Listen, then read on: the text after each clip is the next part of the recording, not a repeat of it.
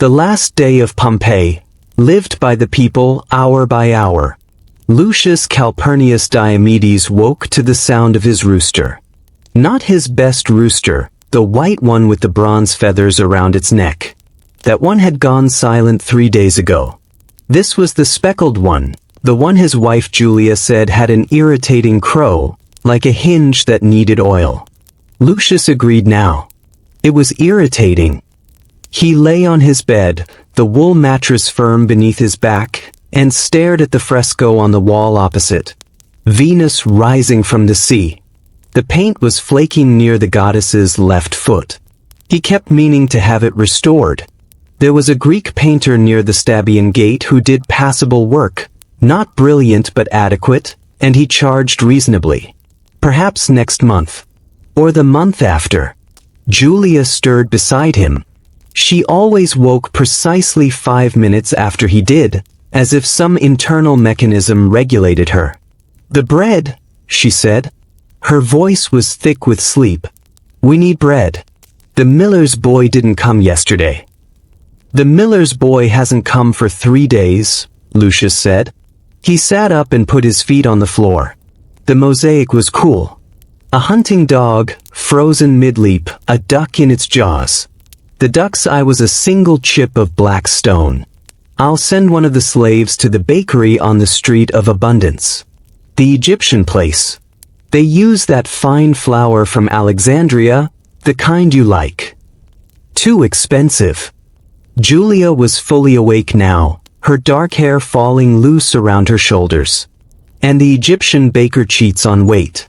The loaves are never a full libra. I weighed one last week. Short by 2 unce. "Everything is short by something," Lucius said. He stood up. The air in the room was already warm, which was odd for this early. Usually the morning had a bite to it, even in late summer. He walked to the window and looked out into the peristyle garden. The fountain in the center was not flowing. Another thing to fix.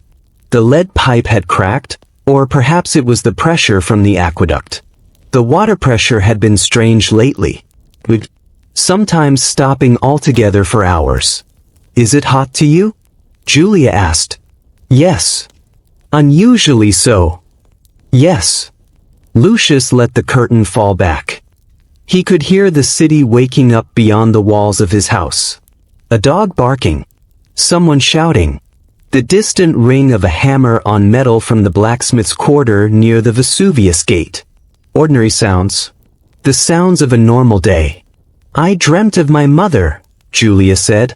She was still sitting on the bed, her hands folded in her lap. She was standing in a field of wheat, but the wheat was gray. Everything was gray. She opened her mouth to speak, but no sound came out. "Dreams are just the stomach," Lucius said. He believed this.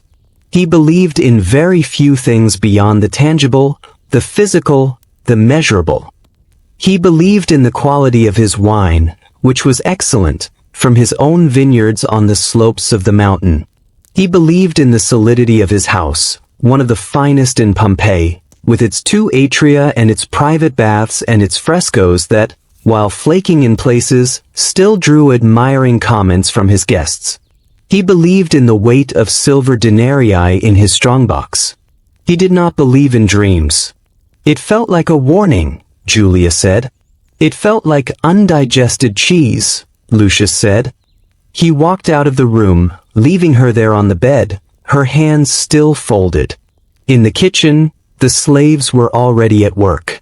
The cook, a Gaul named Bajuus who had been with the household for 12 years and still spoke Latin with an accent that made Lucius wince, was fanning the fire in the hearth. A girl whose name Lucius could never remember was grinding wheat in a stone quern, her thin arms moving in a steady rhythm. The smell of the fire, of the grain, of the oil lamp still burning in its niche, filled the small space. "There will be 6 for dinner tonight," Lucius said. "Cornelius and his wife. Old Strabo. Maybe the younger Strabo if he's in town.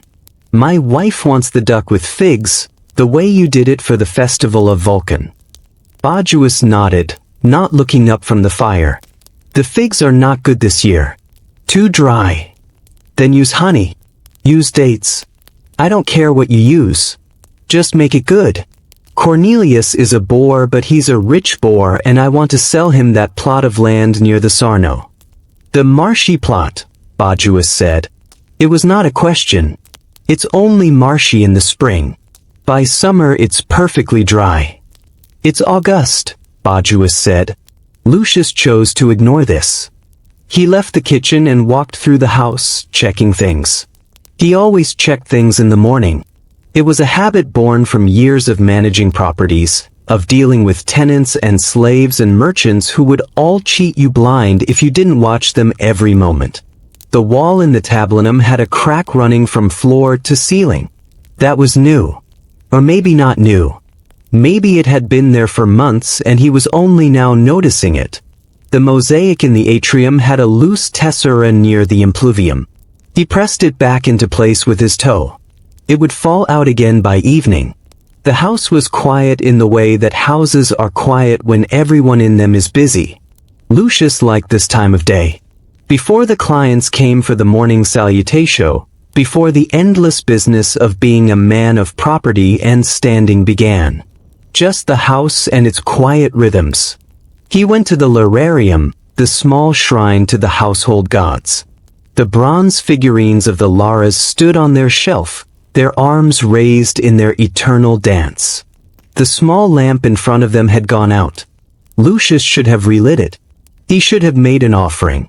He had not made an offering in weeks. The gods could wait.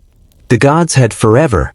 Across the city, in a small apartment above a laundry on the street of the Fullers, Marcus Obelius Firmus was already awake and had been for some time. He had not slept well. The heat had been oppressive all night, and the smell from the laundry below, the sharp, acrid stench of human urine used to clean clothes, was worse than usual. It rose through the floorboards, seeped into the mattress, clung to everything. Marcus had lived above the laundry for 5 years now. He still noticed the smell. He was a baker, or had been a baker. His shop on the street of the bakeries had burned down last December, and he had not had the capital to rebuild. The insurance, such as it was, had paid out barely enough to cover his debts. Now he worked for Publius Paquius Proculus, who owned 3 bakeries in Pompeii, and was a fair enough master but paid his workers as little as he could manage. Marcus made 16 asses a day, which was enough to keep him and his wife and his daughter fed, but not enough to save anything, not enough to rebuild, not enough to climb back up to where he had been. His wife, Vibia, was already at the mill. She worked alongside the donkeys, turning the great stone wheels that ground the grain. It was brutal work, work that aged a woman before her time. Vibia had been beautiful when they married. She was still beautiful to Marcus, but he could see what the years and the work were doing to her. Her hands were rough, her back bent, her eyes tired. They were both 32 years old. They looked 50. His daughter, Tertia, was 8. She was still asleep on her pallet in the corner of the single room they called home. Marcus watched her for a moment. She had Vibia's dark hair and his own wide mouth. She was small for her age. The physician said it was because she had not gotten enough to eat in her early years, when Marcus's business had first failed and they had lived on bread and water and sometimes just water. She was better now. They all were, marginally. But the guilt of those years still sat in Marcus's stomach like a stone. He dressed quietly. A tunic of coarse wool, stained with flour that would never wash out. Sandals that needed resoling. He had been meaning to take them to the cobbler near the forum, but the cobbler charged 8 asses to resole a pair of sandals, and 8 asses was half a day's wages. He kissed Tertia on the forehead. She stirred but did not wake. He walked down the narrow stairs, past the laundry where the workers were already stirring the great vats of urine and water, and out into the street. The street of the Fullers was narrow and dark, the buildings leaning toward each other as if sharing secrets. The paving stones were slick with the overflow from the laundry. Marcus picked his way carefully. A cat, thin and feral, watched him from a doorway. The sky overhead was a strip of pale blue. The bakery where he worked was a 10-minute walk. As he walked, he passed others who were up early. A vegetable seller setting up her stall, a butcher hanging cuts of meat on hooks, a priest of Isis with his shaved head and white linen robes. The priest nodded to Marcus. Marcus nodded back. He was not a follower of Isis, but he respected the priests. They were quiet and clean and did not ask for much. The bakery was already hot when he arrived. The ovens had been lit an hour ago by the night slaves. Marcus's job was to shape the loaves, to score the tops with a knife so the bread would rise properly, to slide them into the ovens and pull them out when they were done. It was skilled work, but it was also punishing. The heat of the ovens was like a physical force. In the summer, bakers sometimes collapsed from the heat. Last year, a boy had fainted and fallen into an oven. They had pulled him out, but he had died 3 days later from the burns. Marcus tied a cloth around his head to keep the sweat out of his eyes. He began to work. The dough was already mixed, waiting in great wooden troughs.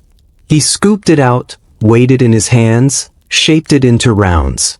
The motion was automatic, ingrained in his muscles from years of practice. His hands moved while his mind wandered. He thought about money. He was always thinking about money. 16 asses a day. 2 asses for bread, 2 for olives and cheese, 1 for oil, 1 for the rent. That left 10. Sometimes wine. Sometimes a piece of fruit for Tertia. Sometimes a new tunic because the old one was more patches than original fabric. It was a math problem that never resolved to a satisfactory answer. He thought about his old bakery. The way it had smelled in the morning, of yeast and wood smoke and the faint sweetness of the honey cakes his wife used to make. The way the light had come through the narrow windows, catching the flour dust that hung in the air. The way customers had greeted him by name. He had been someone then. A man with a business, a man with a future. Now he was just a baker. A hired hand. Replaceable.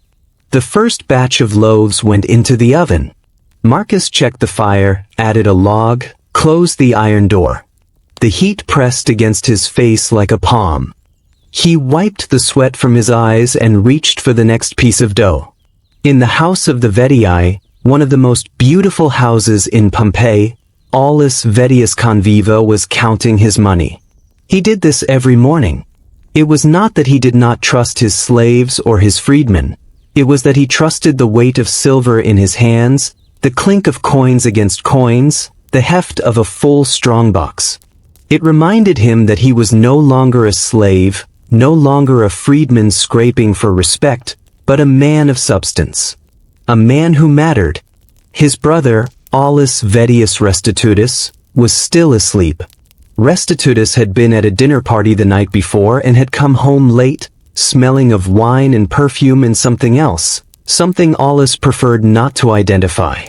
Restitutus was the social one, the one who cultivated the connections that made their business possible. Aulus was the one who kept the books, who counted the money, who made sure the business actually turned a profit. The business was wine. They owned vineyards on the slopes of Vesuvius, where the soil was black and rich and produced grapes of exceptional quality. They shipped wine all over the empire as far as Rome itself, where it commanded premium prices. The Vettii brothers were not old money. Their wealth was only a generation deep, but they were rich enough to make old money nervous. Aulus put the coins back in the strongbox and locked it. He walked through the house, enjoying the cool of the marble floors under his bare feet. The frescoes on the walls were the finest in Pompeii. Mythological scenes, executed by a painter who had trained in Rome. Ixion bound to the wheel. Pentheus being torn apart by Maenads. Cupids and Psyches, perfectly rendered, their tiny faces serene. The house was a statement. It said, "We are here. We have arrived. We are as good as anyone." The garden was Aulus's favorite part of the house. The peristyle was large and airy, filled with flowers and small bronze statues. The fountain in the center was fed by a lead pipe that ran all the way from the aqueduct. Today, the water was only a trickle. Aulus frowned. Another problem with the water supply. It had been like this for weeks. The engineer said it was something to do with the pressure, with a blockage somewhere in the main line. Aulus suspected the engineer simply did not know and was unwilling to admit it. He sat on a marble bench and looked up at the sky. It was clear, perfectly clear, that deep blue that only seemed to exist in Campania. Mount Vesuvius rose in the distance, green and peaceful. Aulus had climbed it once, years ago, with his father. They had picnicked near the summit, eating bread and cheese and looking down at the bay. His father had pointed out the landmarks, the island of Capri, the city of Naples, the curve of the coast. "This is the most beautiful place in the world," his father had said. "And we are lucky to live here." His father had died a freedman. He had never seen his sons become rich. Aulus wished, sometimes, that his father could have seen the house, the frescoes, the fountain, the strongbox of silver. He would have been proud. He would have been amazed. But he would also, Aulus knew, have reminded his sons not to get above themselves. "Fortune is a wheel," he used to say. "What goes up must come down." The fountain gurgled. A bird sang somewhere in the garden. Aulus closed his eyes and listened to the morning. The priestess Rufia knelt before the altar of Isis, her knees pressing into the cold stone of the temple floor. The temple was in the northern part of the city, near the triangular forum, a modest building with a portico of Corinthian columns. Inside, it was dark and fragrant with incense. The goddess's statue stood in the shadows, her face serene and knowing. On the walls, paintings depicted the story of Isis and Osiris, the murder, the dismemberment, the gathering of the pieces, the resurrection. Rufia had seen the paintings 1,000 times. They still moved her. She was a Roman by birth, the daughter of a freedman who had made his fortune in the grain trade. She had been initiated into the cult of Isis 10 years ago, when she was 22. Her family had not approved. The cult of Isis was foreign, Egyptian, slightly disreputable in the eyes of traditional Romans. But Rufia had felt the call and had answered it. She had given up the prospect of marriage, of children, of a normal life. She did not regret it. The morning ritual was a quiet one. She lit the incense, poured the libation of water, recited the prayers in the ancient tongue that the priests had taught her. The words were not Latin. They were the language of the Nile, a language Rufia did not fully understand. But the sounds themselves had power. She believed that. The goddess understood. The temple was empty this early. The other priests and priestesses were still in their quarters, sleeping or meditating. Rufia liked the solitude. It was easier to feel the presence of the goddess when there was no one else around, no distractions, no mundane concerns. But today, the presence felt different. Distant. Muffled, as if something stood between Rufia and the divine. She had experienced this before, during times of spiritual dryness. The priests called it the testing, the times when the goddess withdrew to test the faith of her servants. Rufia had always found her way back. She would find her way back again. She finished the ritual and rose to her feet. Her knees ached. The stone was hard, and she was not as young as she had been. She walked to the statue of Isis and looked up at the goddess's face. It was a beautiful face, carved by a Greek sculptor who had somehow captured both the majesty and the tenderness of the Divine Mother. Rufia had spoken to that face, cried before that face, found comfort in that face. "What do you want of me?" she whispered. "What am I not hearing?" The statue was silent. The incense smoke curled upward. Somewhere outside, a dog barked. Gaius Plinius Secundus, known to everyone as Pliny, was standing on a balcony of his villa in Misenum, looking across the bay at the mountain.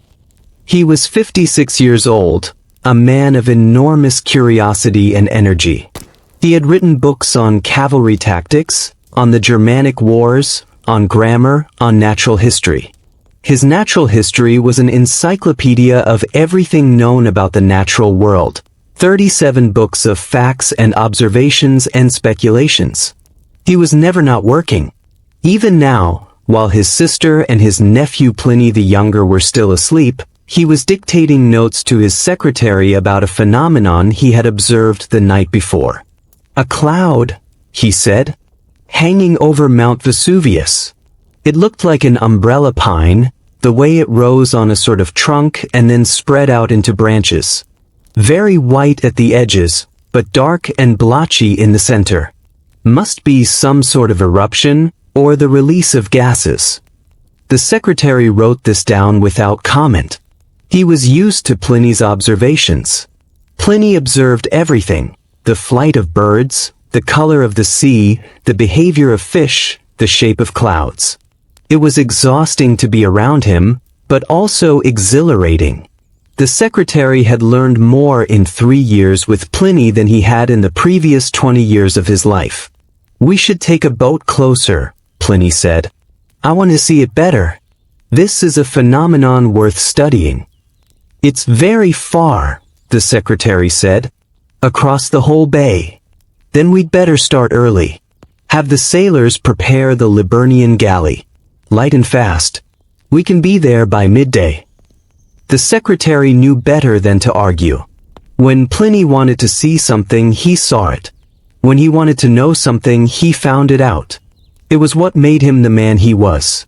It was also, the secretary sometimes thought, what would eventually kill him. In Pompeii, the streets were filling. The early morning light was strengthening, pouring down into the narrow canyons between the buildings, picking out the painted shop signs and the graffiti scrawled on the walls. A baker's oven had been lit on the street of Abundance, and the smell of fresh bread was drifting through the neighborhood. A wine merchant was opening his shutters, setting out the amphory that held the day's offerings. A prostitute, still in her night clothes, was leaning out of an upstairs window, calling down to a man in the street. "Lucius! Lucius, you promised!" The man, not the Lucius Calpurnius Diomedes of the fine house, but a different Lucius, a carpenter with a wife and 3 children, hurried on without looking up.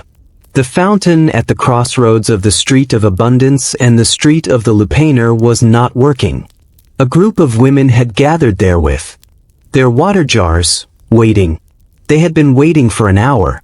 The water had stopped in the night, and no one knew why. "It's the pressure," a woman named Asalina said. She was the owner of a tavern on the Street of Abundance, a popular place frequented by both locals and travelers. She was a large woman, cheerful and shrewd, with arms like a blacksmith's from years of carrying amphory. "The aqueduct pressure. It's been low all summer." "It's the gods," another woman said. She was older, her face deeply lined. "The gods are angry. You've seen the signs. The earth tremors. The springs drying up. The birds acting strange." "The birds always act strange," Asalina said. "They're birds. Not like this. My husband's hunting dogs have been howling all night. Every night for a week. They've never done that before." Asalina shifted her water jar on her hip. It was empty, which made it feel like a failure. She needed water for the tavern. Water for wine, water for cooking, water for washing. Without water, she could not open. Without opening, she did not make money. Without money, she did not eat. "I'll go to the public fountain near the forum," she said. "It was still running yesterday." "It won't be running today," the old woman said. "You'll see." Asalina walked away, her jar on her hip. The streets were getting crowded now. Shopkeepers were opening their businesses. A teacher was setting up his school under the portico of the forum, his students sitting on the stone steps. A fortune teller was spreading her cards on a cloth. A tooth puller was displaying his tools, pincers, probes, a jar of leeches. He called out to passers-by, promising relief from pain, promising new teeth grown from the jawbone of a frog. "You look like a man with a toothache," he shouted at a passerby. "I can see it in your face. Come, let me help you." The passerby, who did not have a toothache, hurried on. In the forum itself, the great open square that was the heart of Pompeii, the public business was beginning. The magistrates' offices were opening. The market stalls were setting up. The priests were preparing for the day's sacrifices at the temple of Jupiter. The air smelled of incense and roasted meat and fresh vegetables and the ever-present undertone of sewage that no amount of drainage could entirely eliminate.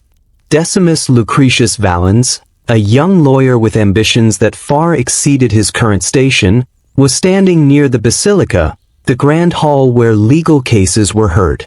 He was waiting for a client who had promised to meet him at the third hour. The client was late. The client was always late.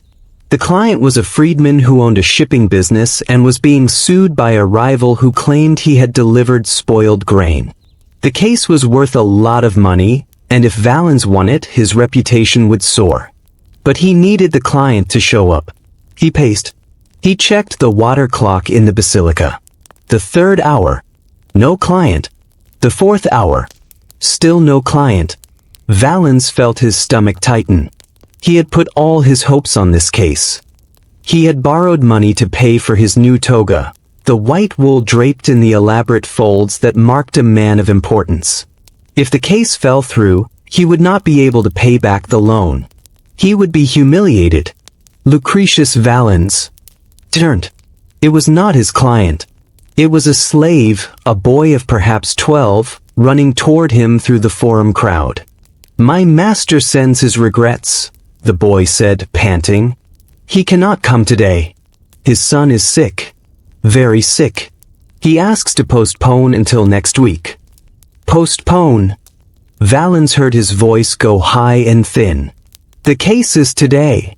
The judges are convened. You can't just postpone a case. My master is very sorry." "Sorry? Sorry doesn't pay my debts. Sorry doesn't salvage my reputation. Tell your master he needs to be here. Tell him." But the boy was already running away, back through the crowd, his small figure swallowed by the mass of people. Valens stood alone, his new toga suddenly feeling like a costume, a child's dress-up. A man in expensive clothes going nowhere. He wanted to scream. He wanted to throw something. Instead, he walked to the edge of the forum, sat on a stone bench, and put his head in his hands. In the House of the Faun, the grandest house in all of Pompeii, the master was not at home. Cassius Valerius Primus was in Rome, serving as a senator, leaving the house in the care of his steward, an elderly freedman named Stephanus. Stephanus had been with the family for 40 years. He had been born a slave on the estate of Valerius Primus's father, had been freed for loyal service, and had stayed on as steward because he knew no other life and wanted no other life. The house was vast, covering an entire city block. 2 atria, 2 peristyles, dozens of rooms, mosaics that were famous throughout Italy. The Alexander mosaic, depicting the great battle between Alexander and Darius, covered the floor of the main exedra. It was made of millions of tiny tesserae, each one smaller than a fingernail, in colors that shifted and gleamed in the light. It was, Stephanus believed, the most beautiful thing ever made by human hands. This morning, Stephanus was overseeing the cleaning of the Alexander mosaic. It was a delicate operation. The slaves used soft brushes and cloths dampened with oil, careful not to dislodge any of the tesserae. Even so, a few were always loose. Stephanus kept a small box of spare tesserae, sorted by color, for just this purpose. He would replace them himself, his old fingers still steady enough for the fine work. "Gentle," he said to a young slave who was scrubbing too hard. "Gentle. You're cleaning a masterpiece, not scouring a pot." The slave slowed down. Stephanus watched him for a moment, then moved on. There was always work to do in a house this size. Leaks to fix, frescoes to touch up, linens to count, supplies to order. The master would be back in the autumn, and everything had to be perfect. The master was a fair man, but he had an eye for detail, and he noticed when things were not right. Stephanus walked through the house, checking. The bronze statues in the main atrium were polished to a high shine. The plants in the peristyle garden were watered and trimmed. The fountain was flowing, though weakly. Stephanus made a mental note to have someone check the pipes. The earthquake of 17 years ago, the one that had damaged so much of Pompeii, had left the pipe system fragile. Things broke more often than they used to. He stopped in the small room off the second peristyle, the one with the fresco of Venus fishing. The goddess sat on a rock, her line cast into a sea full of fish, a small Eros hovering behind her. Stephanus had always liked this room. It was quiet, away from the main bustle of the house. He sat down on the marble bench and allowed himself a moment of rest. His knees hurt. His back hurt. He was getting old. He had been getting old for years now, but recently he felt it more acutely. The mornings were harder. The stairs were steeper. The work was the same, but his body was not. He looked at Venus on the wall. She was eternally young, eternally beautiful. Fishing of all things. A goddess with a fishing rod. It made him smile. "How many more years?" he asked the painting. "How many more years do I have?" Venus did not answer. But a tremor ran through the floor, a vibration so subtle that Stephanus almost didn't feel it. Almost. The tremor lasted only a second or two, then stopped. Stephanus sat very still, waiting for more. Nothing came. Probably nothing. The ground had been restless lately. Little shakes and shivers. Everyone said it was normal. The mountain, the earth around Vesuvius was always shifting. Stephanus stood up, his knees protesting. He had work to do. The house would not run itself. The tremor was felt across the city. In the bakery on the street of the bakeries, Marcus Aurelius Firmus paused in his work, his hands full of dough. The floor had moved. Just slightly, a shiver, a shudder. The other bakers looked up from their work, their eyes wide. "Just a tremor," the head baker said. He was a large man named Titus, with forearms like hams and a face permanently red from the heat of the ovens. "Happens all the time. Back to work." Marcus went back to work. The tremor had been small. Nothing to worry about. Nothing to be afraid of. He shaped the dough, scored the tops, slid the loaves into the oven. The fire roared. The heat pressed against him. He thought about his daughter, about the small pallet where she slept, about the way her hand felt in his when they walked to the fountain together. She was the reason he did this. She was the reason he endured the heat, the long hours, the master's gruffness, the smell of the laundry, the endless arithmetic of poverty. For her, outside in the street, people had paused. The tremor had been small, but it had been felt. A woman touched the amulet at her throat. A man made the sign against the evil eye. A child asked her mother what it was, and the mother said, "Nothing, just the earth stretching." But the dogs knew. All over the city, dogs were barking. In the house of Diomedes, Lucius's hunting dog, a black molossus named Silax, was pacing and whining. Lucius tried to calm him, but the dog would not be calmed. He pressed his nose against the ground and growled, a low, deep sound that vibrated through the floor. "What's wrong with him?" Julia asked. She had come out into the peristyle, wrapped in a light stola, her hair now pinned up. "He's been like this since dawn." "I don't know," Lucius said. "Maybe he smells something. A wild animal." "In the city? It happens. Foxes come down from the mountain sometimes." Silax growled again, his hackles raised. Lucius had owned this dog for 6 years. He had never seen him like this. Perhaps we should take him to the veterinarian, Julia said. Perhaps, Lucius said. But he did not move. He stood there, watching his dog pace, watching the hackles rise and fall, listening to the low growl that did not stop. The hour was perhaps the 4th, perhaps the 5th. Time was a looser concept in Pompeii than it would become in later centuries. People measured the day by the sun, by the water clocks in the public buildings, by the calls of the slaves who announced the hours. But mostly, they measured it by their stomachs, by the progress of their work, by the angle of the shadows. At the baths of the Forum, the morning routine was in full swing. The baths were one of the social centers of Pompeii, a place where men came not just to wash but to talk, to do business, to see and be seen. The complex was large, a palestra for exercise, an apoditerium for changing, a frigidarium for cold baths, a tepidarium for warm, a caldarium for hot. The walls were decorated with frescoes of athletes and gods. The floors were heated by a hypocaust system that circulated hot air beneath the tiles. Marcus Lucretius Fronto, a retired centurion who had served 25 years in the legions, was sitting in the tepidarium, sweating gently. He was a large man, scarred and weathered, with a nose that had been broken 3 times and a left ear that was missing its lobe. He had fought in Britannia, in Judea, in Dacia. He had killed men with his sword, with his hands, with a rock when he had nothing else. He had seen friends die, had seen enemies die, had seen children die. He had retired to Pompeii because it was quiet and warm and far from the frontiers.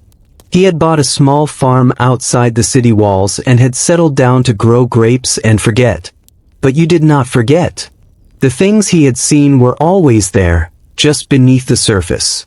The face of a Dacian warrior who had taken 10 wounds before falling. The sound of a Jewish woman screaming as her village burned. The feel of a British winter, the cold that got into your bones and never quite left. Fronto carried these things with him. The baths helped. The heat helped. He was talking with an old friend, another veteran named Appius, who had served in Spain and walked with a limp from a wound received from a Celtiberian spear. They met at the baths every few days, to sweat and talk and remind themselves that they were still alive. "Did you feel the tremor this morning?" Appius asked. "I did," Fronto said. "Small one. There was another one last night, around the 4th watch. Didn't wake you? I sleep like the dead. One of the few advantages of a clear conscience." Fronto grinned, showing teeth that were surprisingly good for a man his age. "Though if the earth keeps shaking, I might have to start sleeping lighter." "My wife is afraid," Appius said. "She wants us to leave the city, go to her sister's place in Neapolis." "Over a few tremors?" "She says the gods are angry. She says the soothsayers have been predicting disaster. She says the springs are drying up, the birds are flying inland, the dogs are howling at night." "The soothsayers always predict disaster," Fronto said. "It's their profession. If they predicted good fortune, no one would pay them. Fear is what sells prophecies." "Maybe, but the springs are drying up. I checked my well this morning. The water level is lower than it's ever been." Fronto shrugged. "It's been a dry summer. The water table drops. It happens." "And the dogs? Your dog, that old bitch you keep? What's she been doing?" Fronto paused. His dog, a gray-muzzled hound named Ferox, had been acting strangely for days. Whining at night. Refusing to eat. Scratching at the door as if she wanted to run away. He had thought it was just age. Ferox was old, older than most dogs live to be. Perhaps she was sick. Perhaps she was dying. But now, thinking about it, he was not so sure. Animals knew things. He had seen it in the legions. Horses that refused to cross a river that later turned out to be deep and dangerous. Dogs that growled at men who later turned out to be traitors. Mules that stopped dead on a trail that later collapsed under the next cohort. Animals sense things that men, with their rational minds and their logical thoughts, missed. Ferox has been restless, he admitted. But she's old. Old dogs are restless. And the birds? What about the birds? Have you seen any? This morning, I haven't seen a single bird today. Not one. Fronto had not noticed. But now that Appius mentioned it, he realized it was true. The skies had been empty. No sparrows, no pigeons, no gulls. The morning, which should have been full of birdsong, had been silent. Probably just the heat, he said, but his voice lacked conviction. At the temple of Apollo, the chief priest, Marcus Halconius Rufus, was preparing for the midday sacrifice. He was a patrician, a member of one of Pompeii's oldest and most distinguished families. He had held all the major offices, duumvir, quinquennial duumvir, military tribune. He had sponsored games and built monuments and dedicated statues. His name was everywhere in Pompeii, inscribed on pedestals and carved into marble. He was, by any measure, an important man. But this morning he was troubled. He had slept poorly. The dreams had come again. The same dreams that had been haunting him for weeks. Dreams of fire and ash. Dreams of the sky turning black. Dreams of the mountain opening like a wound and pouring out something that was neither liquid nor solid but somehow both. Dreams of screaming. He had consulted the augurs. They had examined the entrails of a sacrificed goat and pronounced the omens mixed. The liver was healthy, which was good. But the heart had a spot on it, a small dark spot that the augurs could not identify. They had never seen anything like it before. What does it mean? Halconius had asked.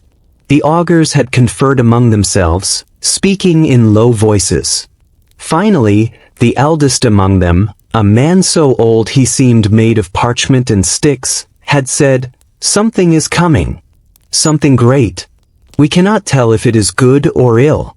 The signs are unclear." Unclear. Halconius hated that word. He was a man who dealt in certainties. The law was certain. The rituals were certain. The gods, when properly propitiated, were certain. But this was anything but certain. He walked through the temple precinct, checking that everything was ready for the sacrifice. The altar was clean. The incense was prepared. The victim, a white bull with gilded horns, was being held by the temple slaves. It was a magnificent animal, massive and placid, its eyes dark and liquid. It did not know what was coming. They never did. "The water," Halconius said to a junior priest. "Has it been drawn?" The water is a problem," the junior priest said, looking nervous. "The fountain in the precinct has stopped flowing.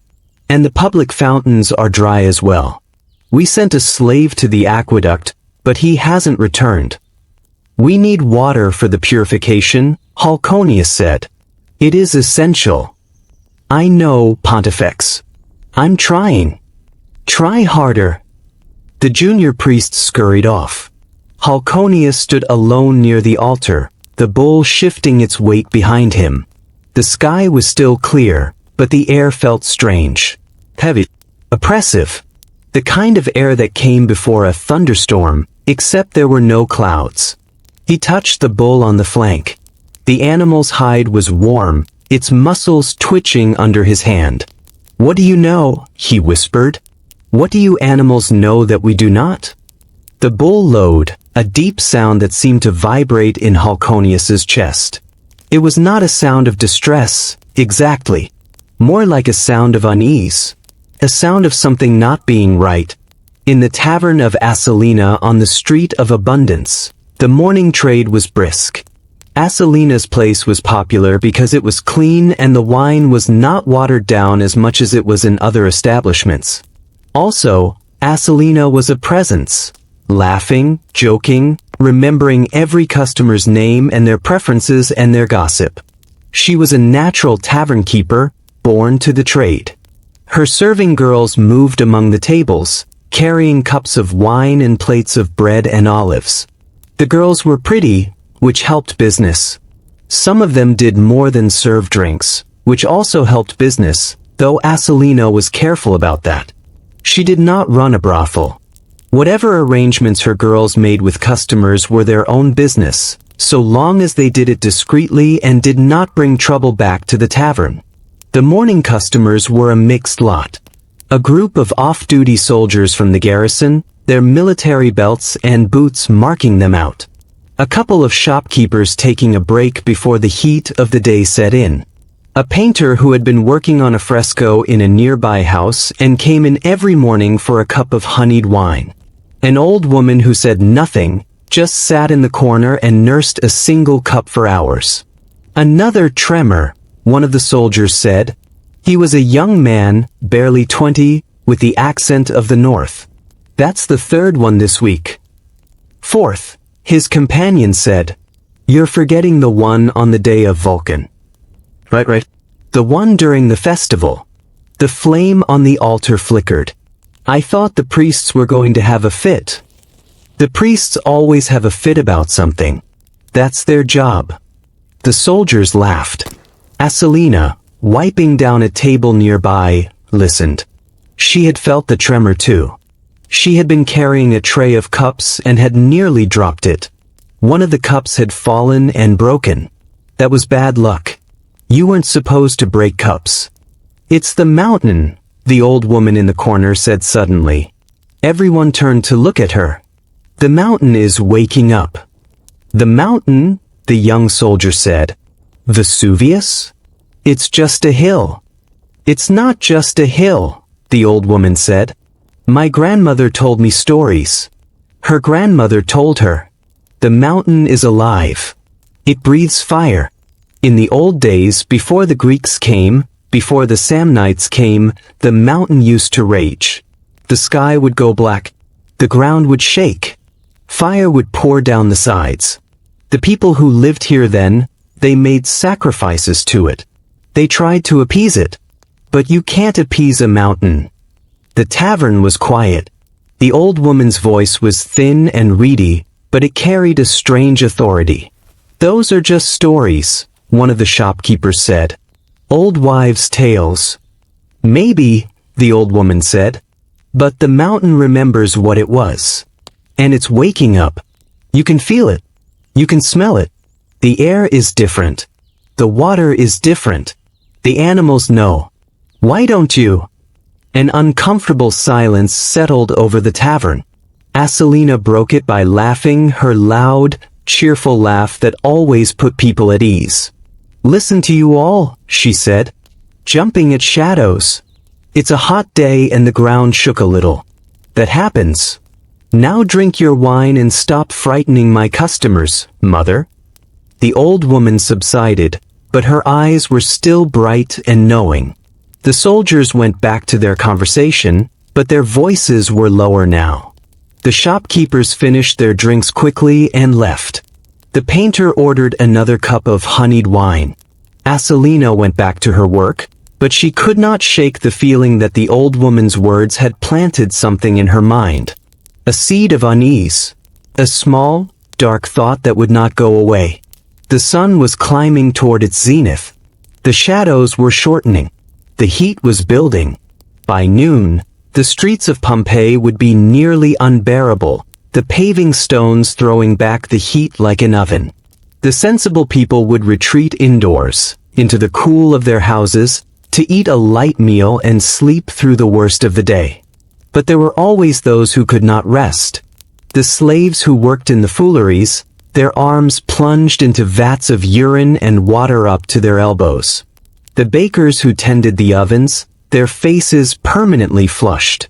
The laborers on the construction sites, the ones repairing the damage from the earthquake of 17 years ago, damage that was still being fixed, would probably always be being fixed. At the construction site of the Temple of the Public Lares, a group of stonemasons were setting a new block of marble into place. The temple had been damaged in the earthquake and was being rebuilt, bigger and grander than before. The lead mason, a freedman named Philodemus, was a Greek who had come to Pompeii 30 years ago as a slave and had worked his way to freedom and prosperity. His work was known throughout the city. If you had seen a beautifully carved capitol, a perfectly fitted arch, a graceful frieze, you had probably seen Philodemus's work. Easy, he called to the workers operating the crane. Easy now. Lower it slowly.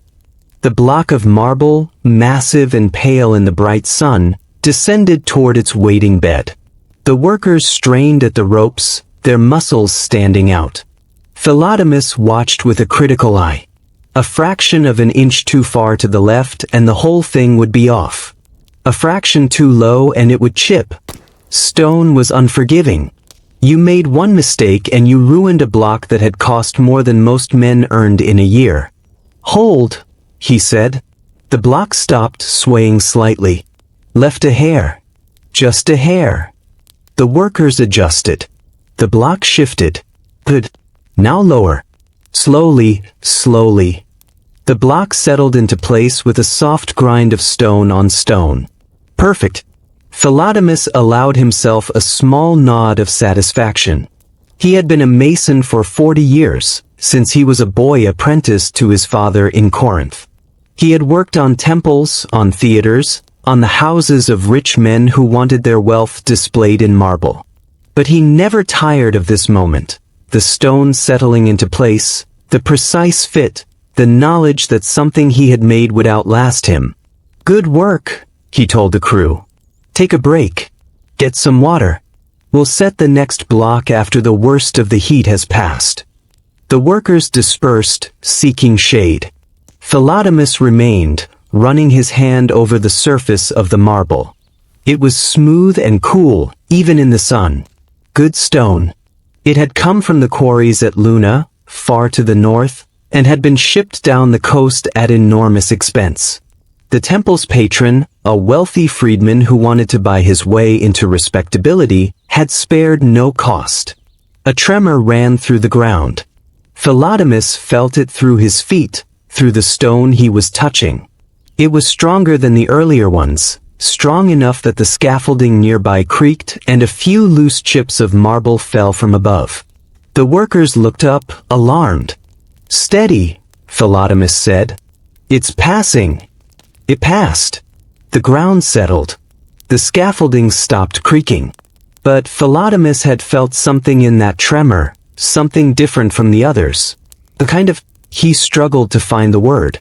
A kind of intent. As if the earth was not just shifting randomly but was preparing for something.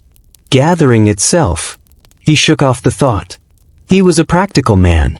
He dealt in stone and measurement and the physical world.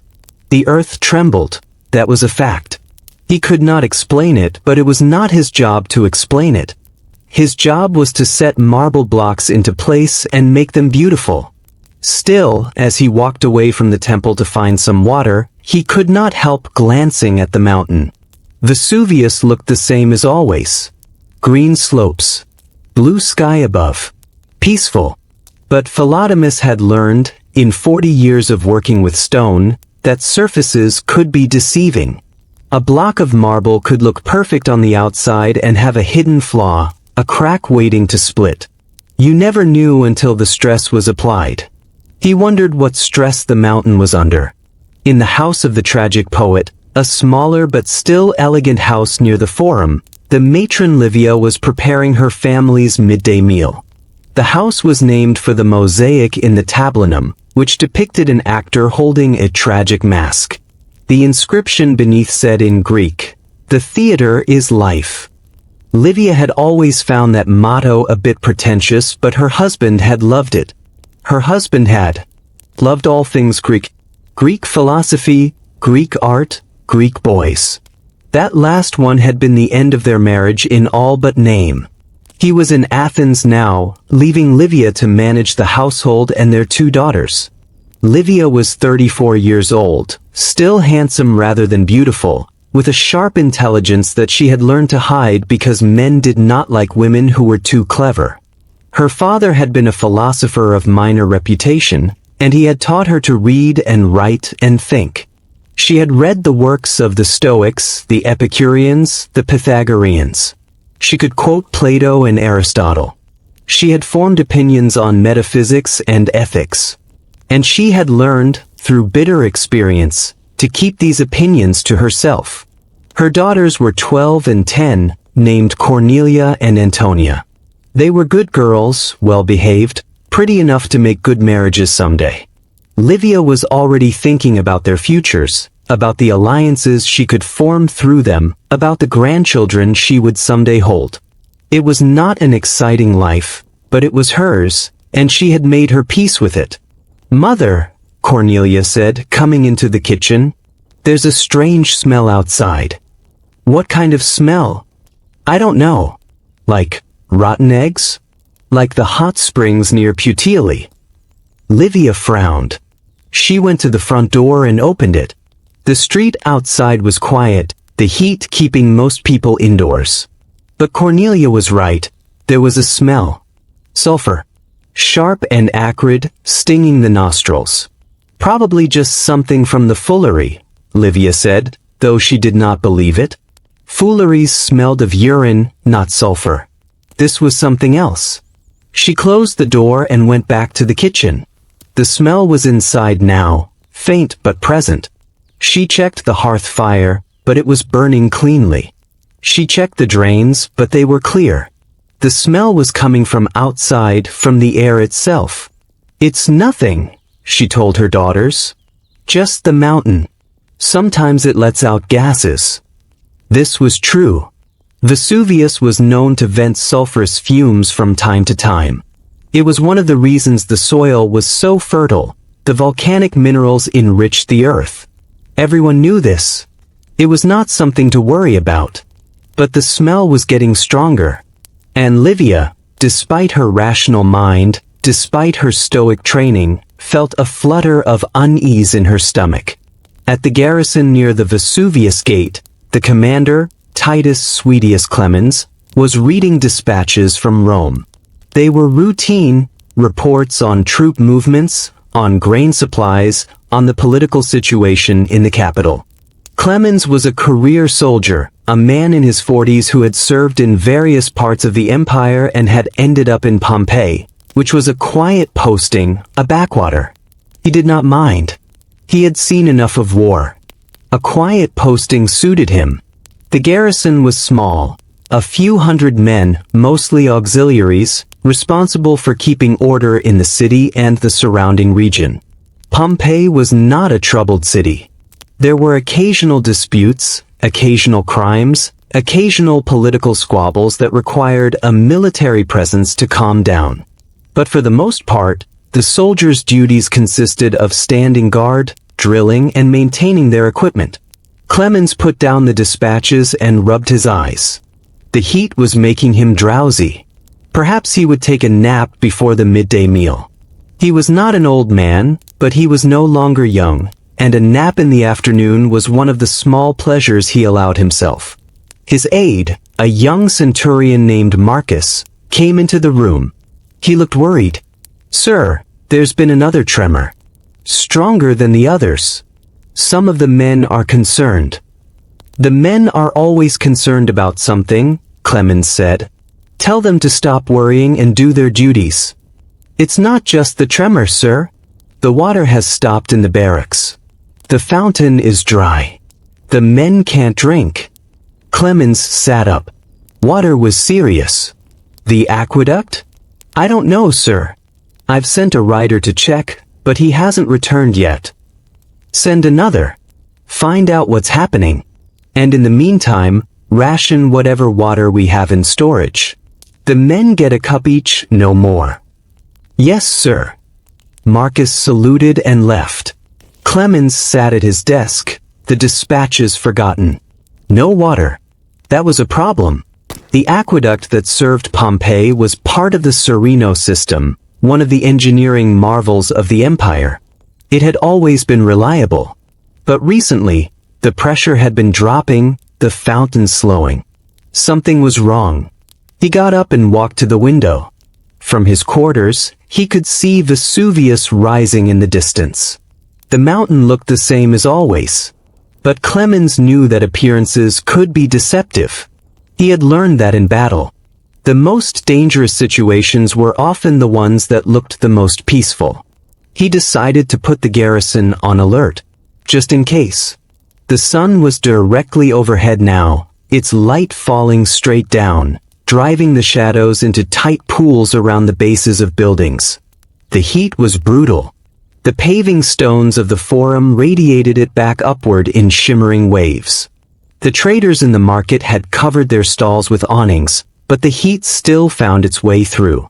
The public slaves, whose job it was to keep the streets clean, had retreated to whatever shade they could find. In the basilica, the legal proceedings had ground to a halt. The judges were sweating under their robes. The advocates were hoarse from shouting over the noise of the crowd. The spectators were restless and irritable. Someone had started a rumor that one of the fountains near the forum was still flowing, and a line had formed, people pushing and shoving to get water. Quintus Pompeius Sabinus, one of the two duumvirs, the chief magistrates of Pompeii, was holding an emergency meeting in his office near the forum. He was a heavy-set man with a carefully cultivated air of authority. His family was old but not wealthy. He had married into money, and his political career had been financed by his wife's dowry. He was competent enough, though not brilliant, and he knew that his position depended more on his wife's silver than on his own abilities. The subject of the meeting was the water. Or rather, the lack of it. The aqueduct is damaged, the city engineer was saying.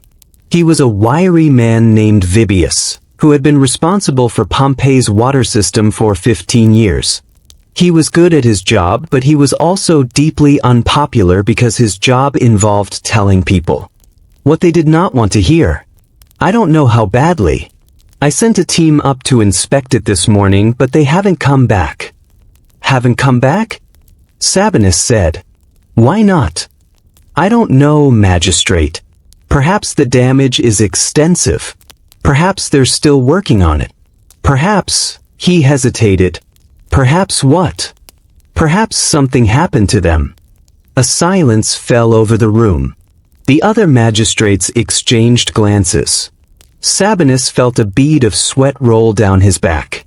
What kind of damage are we talking about? He asked. A broken pipe? A collapsed section? I don't know, Vibius said again. But the water pressure has been dropping for weeks. And the tremors could have shifted the ground, cracked the masonry. The aqueduct runs across some unstable terrain near the mountain. Can we get water from elsewhere? The Sarno. The river is low. Dry summer. And the water quality is poor.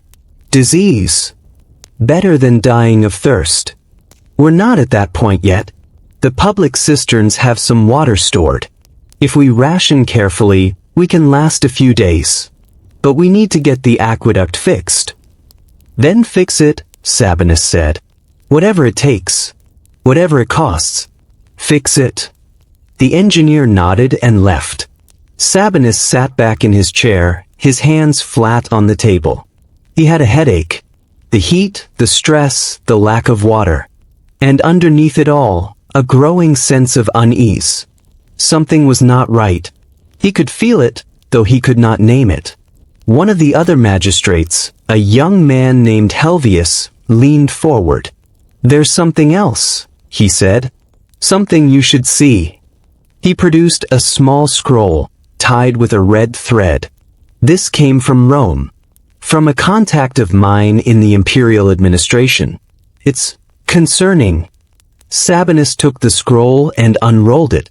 The writing was in a clerk's precise hand, but the message was informal, a personal note from one bureaucrat to another. Strange reports from Campania. The soothsayers in Rome are agitated. They say the omens are bad. Very bad.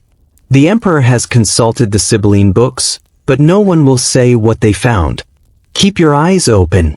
Something may be coming. Sabinus read the note twice. The emperor had consulted the Sibylline books. That was serious. The Sibylline books were the most sacred prophetic texts in Rome, consulted only in times of dire crisis. If the emperor was looking there for guidance, "What does it mean?" he asked. "I don't know," Helvius said, "but I don't like it." Neither did Sabinus. He rolled up the scroll and put it in the pouch at his belt. "This stays between us," he said. "No need to start a panic. Probably nothing. Probably just rumors." But his voice lacked conviction. In the house of the Vetii, Aulus Vettius Conviva was also holding a meeting, though of a different kind. His brother Restitutus had finally woken up, looking pale and haggard from the night before. They were sitting in the garden, eating a light lunch of bread and cheese and figs, while Aulus briefed his brother on the state of their business. "The shipment to Rome is delayed," Aulus said. "The captain says the winds are unfavorable. He'll try to sail next week." "Next week will be fine," Restitutus said, waving a hand. "The Romans can wait. It will only make them want our wine more. Perhaps. But we have orders to fill. Promises to keep. If we're late, they might look elsewhere." "They won't. Our wine is the best. Everyone knows it. The soil on the mountain, there's something in it. Something that makes the grapes taste like nowhere else." Restitutus bit into a fig, juice running down his chin. "Speaking of the mountain, did you feel the tremor this morning?" "I felt it. Stronger than the others." "Yes." Restitutus looked at the mountain, visible over the garden wall. "Do you ever wonder about it? About what's inside? It's a mountain. It's made of rock and earth." "Is it?" "The Greeks wrote about it. Strabo, I think. He said the summit was flat and blackened, like it had been consumed by fire. He said it was a volcano." Strabo was writing 200 years ago. The mountain hasn't done anything since before Rome was founded. It's dead. Maybe. Or maybe it's just sleeping. Restitutus grinned, a reckless grin that Aulus knew well. It was the grin that usually preceded some expensive misadventure. Wouldn't that be something? If it woke up?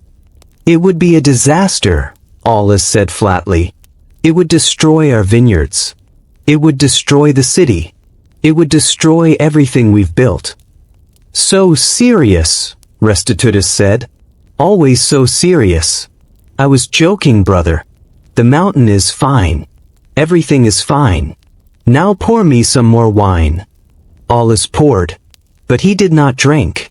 He was watching the mountain, its green slopes shimmering in the noon heat, and thinking about what his brother had said. Sleeping. Was that what the mountain was doing? And if so, what would happen when it woke? The hour was perhaps the 7th, perhaps the 8th. The worst of the heat was passing, though the air was still heavy and oppressive. People were starting to emerge from their houses, blinking in the bright sun, resuming the business of the day.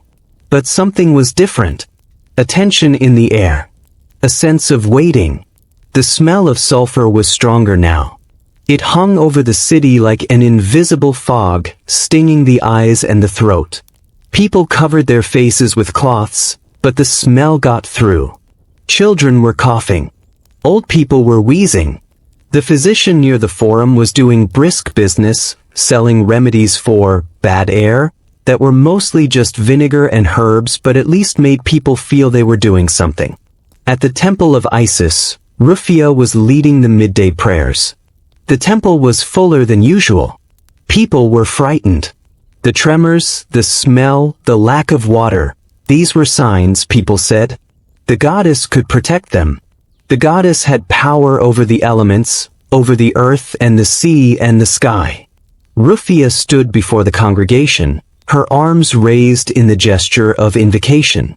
The incense burned in its bronze holders, the smoke curling upward toward the painted ceiling. The words of the prayer were ancient, syllables that had been spoken in Egypt for thousands of years. Rufia let them flow through her, her voice steady and clear. Holy Isis, Mother of all, Mistress of the elements, Protector of those who call upon your name, hear us in this hour of uncertainty. You who gathered the scattered pieces of Osiris, gather us now under your protection. You who calmed the storm with a word, calm the fears that rise in our hearts. You who know the secrets of the earth, reveal to us what is to come, and give us the strength to face it. The congregation murmured their responses. Some of them were weeping. A woman near the front was clutching a small statue of the goddess, her knuckles white. A man was prostrating himself on the stone floor, his forehead pressed against the cold marble. Rufia felt their fear like a physical force. She wanted to give them comfort, but she was struggling to find comfort for herself. The presence of the goddess, which she had felt so strongly in the morning, was still distant. Still muffled. Something was standing between her and the divine. Something vast and dark and growing. She finished the prayer and stepped back from the altar. The congregation began to disperse, some of them lingering to make offerings, to light candles, to whisper private prayers. Rufia watched them go. These were her people, the ones who had come to the goddess when the traditional gods of Rome seemed distant and indifferent. They were the seekers, the questioners, the ones who felt that there must be something more. She loved them. She wanted to protect them. But she did not know how. One of the younger priestesses, a girl named Fabia, approached her. "Mother Rufia," she said, her voice low. "Something is happening. I can feel it. Something bad." "I know," Rufia said. "I feel it too. What should we do?" Rufia thought for a moment. "We should pray," she said. "And we should prepare. If something happens, if people need shelter, we will open the temple. We will do what the goddess would want us to do." "Is the temple safe?" Rufia looked at the walls around her. Solid stone. They had stood for 100 years. They would stand for 100 more. "Yes," she said. "It's safe." She hoped she was right. In the street of the bakeries, Marcus Aurelius Firmus was taking his midday break. He had worked straight through the morning, shaping and baking, until his hands were raw and his tunic was soaked with sweat. Now he sat in the shade of the bakery's doorway, eating a piece of bread and a handful of olives. His wife, Vibia, had come from the mill to join him. They did not speak much. They did not need to. After 15 years of marriage, their silences were comfortable. Tertia had come too. She was playing in the street, drawing pictures in the dust with a stick. She was drawing a horse, or what she claimed was a horse. It looked more like a dog with a long neck, but Marcus did not tell her that. He watched her with a kind of fierce, protective love that was the central fact of his existence. Everything he did for her. Every loaf of bread he baked, every hour he sweated in the heat, every humiliation he swallowed from his master. For her. "The smell is getting worse," Vibia said. She was rubbing her arms, which ached from turning the mill. "It's giving me a headache." "It's the mountain," Marcus said. "Releasing gases. It's never done this before. Not like this. The mountain does what it does. We can't change it." Vibia was quiet for a moment.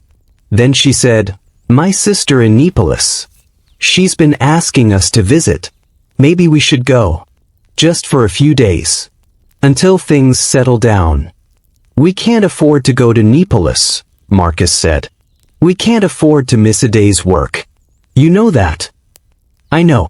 But," she gestured at the air, at the smell, at the city around them. "Something is wrong, Marcus.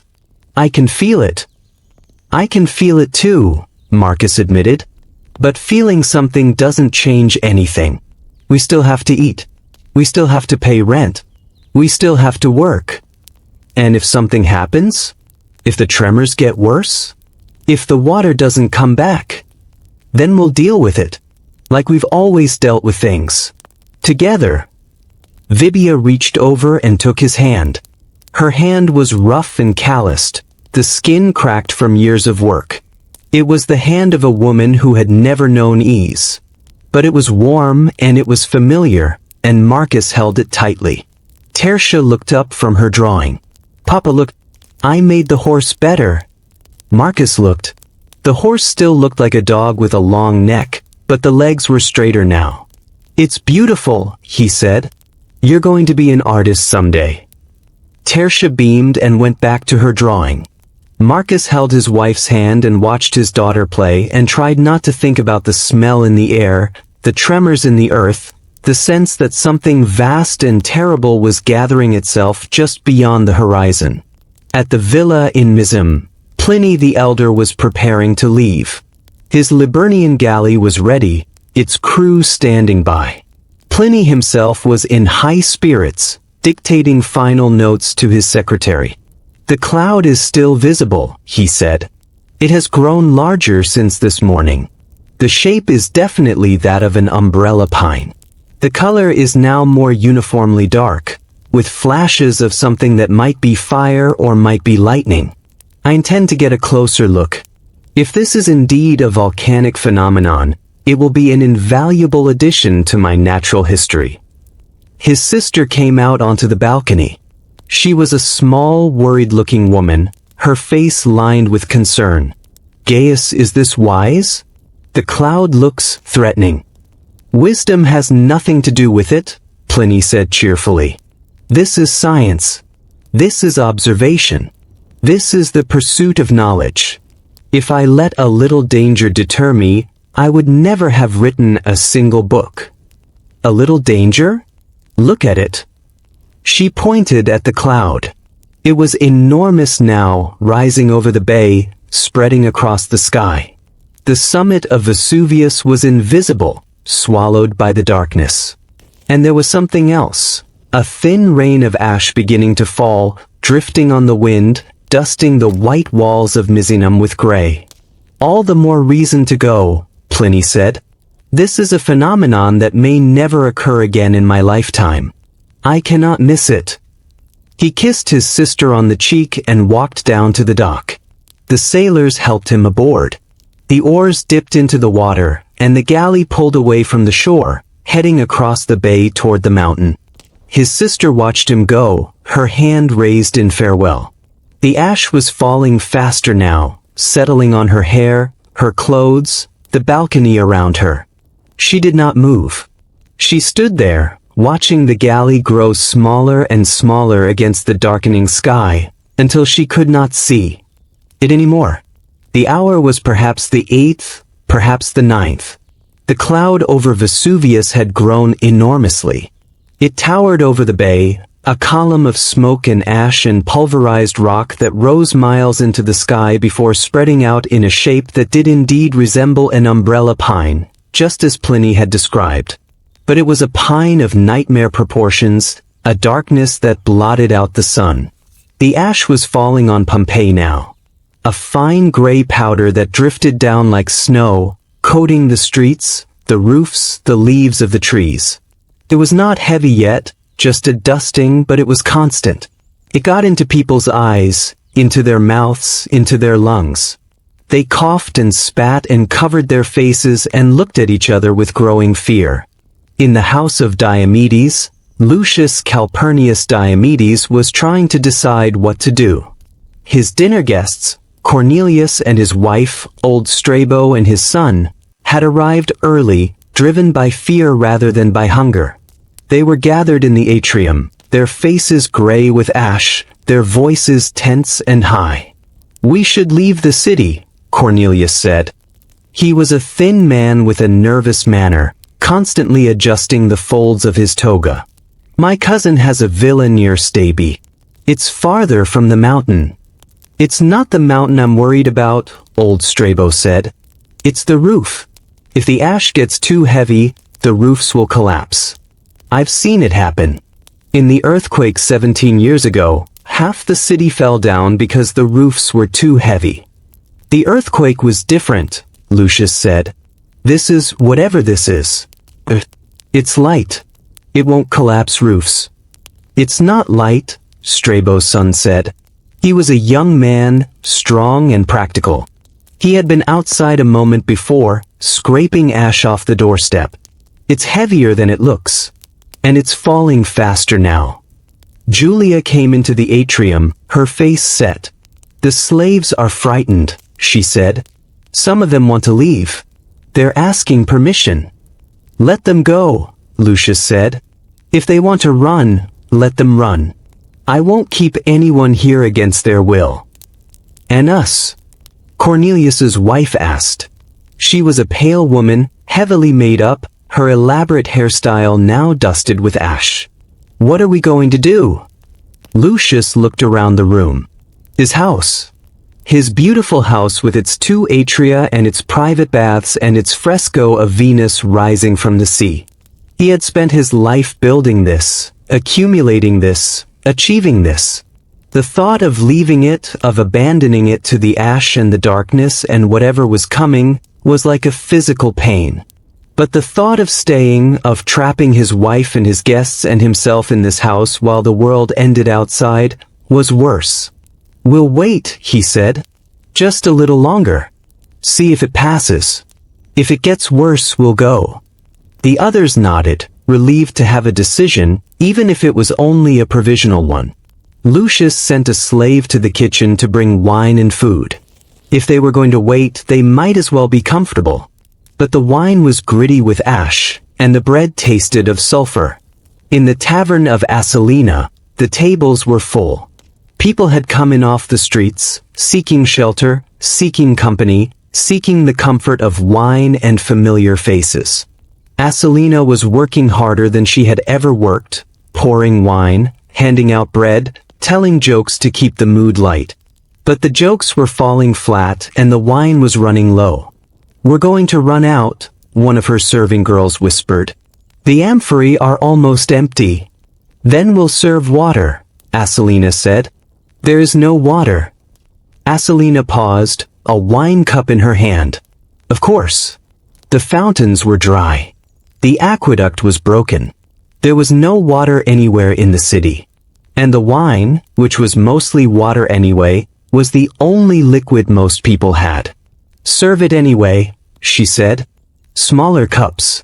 Charge more. We'll make it last. The girl nodded and went back to work. Asalina looked out the doorway of the tavern. The street outside was growing dark, though it was still only afternoon. The ash was falling thickly now, a steady gray curtain that muffled sounds and blurred shapes. People hurried past, their heads covered, their bodies bent against the weight of the falling ash. One of the soldiers from the morning was still there, sitting in the corner. He had been drinking steadily, his young face growing more and more grim. It's the end of the world, he said, to no one in particular. The gods are destroying us. The gods are doing nothing of the sort, Asalina said briskly. It's a mountain blowing smoke. It's happened before. It'll happen again. When has it happened before? Asalina did not have an answer to that. She had heard stories, old stories, about mountains that breathed fire and destroyed cities. But those were legends, myths, things that had happened long ago and far away. They did not happen here. They did not happen now.